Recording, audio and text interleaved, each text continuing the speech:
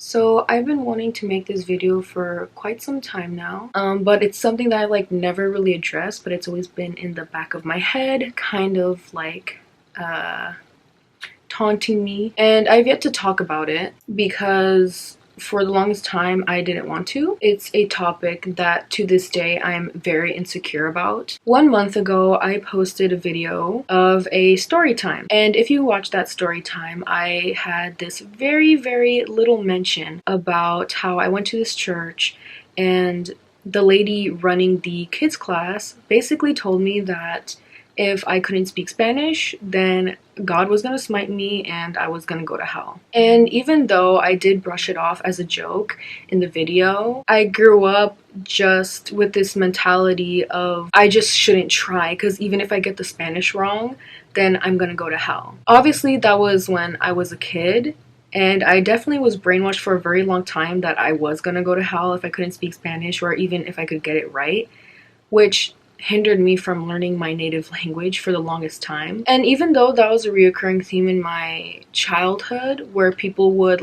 make fun of my whitewashed accent in church, or just me pronouncing things wrong or getting honorifics wrong, I remember when I was around 18, I had just started dating my partner. He tried introducing me to his fellow religious Hispanic church, and the very first thing that they pointed out in me when I introduced myself in Spanish was that I had an American accent. But I think the main reason why I am making this video is because I know for a fact a lot of people can't speak their native language, and it sucks because your language is what distinguishes you from everyone else. It's how you communicate with your people, and the mere thought that I can't do that is super heartbreaking, and it makes you feel like you don't belong in your group. And this isn't something that I have noticed. It's something that you guys have also noticed, because I get comments about it all the time, as to why I don't have an accent. Why don't I speak Spanish? Why don't I sound like my sister Penny? Why does she have an accent and I don't? I can speak a little bit of Spanish, but I'm always hesitant to do so because of these factors. It's not only the language issue that I face, to this day. It's also the mere fact that culturally I can't identify with a lot of Chicanos or just Mexican culture. We grew up in a very religious atmosphere. Our parents were pastors. Also, of course, before I get into the nitty-gritty, I just want to say that my parents are not evil. I know that it's gonna sound like we were very sheltered children, that we missed out on law and everything, but the truth is I really am grateful for how I was raised. It made us into very unique, strong-minded individuals, and I'm actually very appreciative of it. So just thought I would tell you guys that, because I know for some people who didn't live the type of life that me and my sisters lived, it might seem very extreme, but yeah, I just want to let you guys know, and I love you, Mom and Dad. That automatically kind of cuts your opportunities in doing normal kid stuff in half. Being Hispanic also cuts that even more, especially when you live here in the United States. So not only is some stuff for the devil, now there's some stuff for white people that we can't touch because we're not white. So for me growing up and my sisters growing up, we weren't taught to view life culturally. We were taught to view life in a religious light. Basically, we grew up missing out on a lot of stuff that is integral to being Mexican. So we didn't have quinces. We weren't allowed to go to quinces, actually. We didn't have bautizos. We weren't allowed to celebrate Dia de los Muertos. I grew up listening to purely Christian music. To this day, I know a lot of Christian rock bands, which ultimately led me to listen to a lot of heavy metal bands. We grew up not even watching TV. What we did for entertainment was listening to Spanish worship or Hebrew worship. To this day, there is this album that's almost 2 hours long. It's one of my favorites that I still listen to. It's actually Shalom Jerusalem by Paul Wilbur. It's really good. Y'all need to check it out. But we would listen to that for entertainment and just dance in the living room. I think one of the biggest things, something that was strictly prohibited in my household, was novelas. We didn't grow up watching novelas. My mom never watched them. To this day, I have yet to watch a novela. Like, I just don't know what they are. So I don't understand a lot of like memes that surround that. I think the only meme that I know is like the Rosa de Guadalupe. But the only reason why I know that is because I've heard that song in the background of a lot of memes before. The point that I'm trying to get at is that there were a lot of Mexican traditions, celebrations, music, entertainment, TV shows, artists that growing up we missed out on and we didn't even know existed until we got way older. The only things that I think we could ever relate to was like having like the freaking random animal blankets for no reason that get passed down to us, the food, the importance of family. Oh my god! And that actually brings me to my name. I've gotten told all my life my name, well, your name isn't Mexican. It's not like Hispanic. And y'all, another quick story time. When I went with my partner to go paintballing, we were told to give our names, and when they got to me, I was like, oh, my name's Salem. And the guy literally looked at me, he was like, that's not Mexican. Oh, sorry. Like, he really said, you're not Mexican. Well, hold up, let me just eat hot Cheetos and listen to chona real quick. But the reason why my name is Salem and my sister's Peñel is named Peñel is because that actually stems off of, I know my name is actually Arabic. Peñel's name is Hebrew. My parents became Christian when my mom became pregnant with Peñel, and my father actually chose our names, and he wanted our names to be basically like momentums to God. So that's why my name, Salem, is from the root word Jerusalem, Salem. So really my name is pronounced Salem, but I just go by Salem. And then Peñel's name means face of God. So it's very, very strong names that aren't really, I mean, you don't even hear it here or any place, let alone in Hispanic culture. I know up until now I've been making this seem like a nightmare almost, but honestly it really wasn't, because we did miss out on like, I guess, normal Mexican little kid stuff. But the thing is, like, we grew up with church kid stuff, and let me tell you something. Church kids do not play. I don't care what anyone says. Church kids are worse than normal kids. I was the ringleader. Yes, Peña was the ringleader. I was literally the mob boss of all the children at church. They all listened to my every command, no matter how horrific it was. So okay, now that you're here, want to know something crazy? Our lives have been so predominantly based on this Pentecostal religious view that we met both of our partners in church. Here's the thing, in the same church that my parents made. Yeah, like that's just been like, that's how rooted it is. Rooted it is in our lives. Yeah. I think that it's really interesting because, like, as a kid, you don't know anything different. You're like, this is my life, and then when you grow up as an adult, we look back and we're like, yo, yeah, like, we need to write like a book or something, because this is crazy. Like, the stuff we went through, that we saw, that we witnessed, that we experienced, went through a lot. Bro. Now that I'm here, I wanted to say one thing that might not match. Say it. So a lot of people compare us, but it's really funny because you mentioned something earlier, how, you know, you're naturally a shy person. Yes. And Salem has always been very selective when she speaks.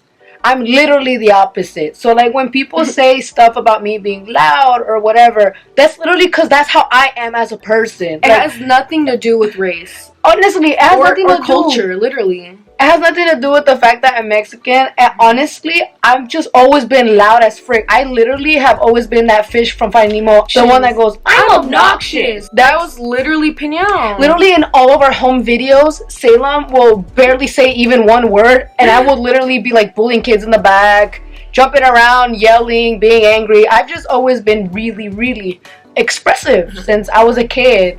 So it's just more that our experiences are very different but also incredibly similar. I think it is unfortunate that we associate loudness or boisterousness, if that's the word it is now, with being truly Latina, because like Latinas are psycho. Latinos are like they crazy. Okay, la tóxica. I'm sorry, I'm gonna say that right now. I know it's your video. It's okay. But being a tóxica, that's not cute. It doesn't make you interesting, cute. Okay? It's not. Like, it's you gotta grow up, okay? Don't be a tóxica. Grow up. You gotta be an adult. You gotta be mature. You gotta be your own source of validation. Like, come on, girl, don't be doing it. So obviously, since that is a stereotype in Latinas, me being someone that's like naturally very quiet and very incredibly selective with the people I do open up to, it's kind of like I said, like, y'all really want me to put on a sombrero and dance to like chona so bad, like y'all really want me to do that, and it's just so annoying because it's like, bruh, y'all realize not everyone's the same, right? Even then, though, even though people still look at me as like more like traditional Latina, there's still parts of me where I don't feel as traditional. Like, I love Screamo. Like, I don't think you guys understand how much I've loved Screamo since I discovered it. I have to be very selective with who I share that music with because most people in general don't like that kind of music.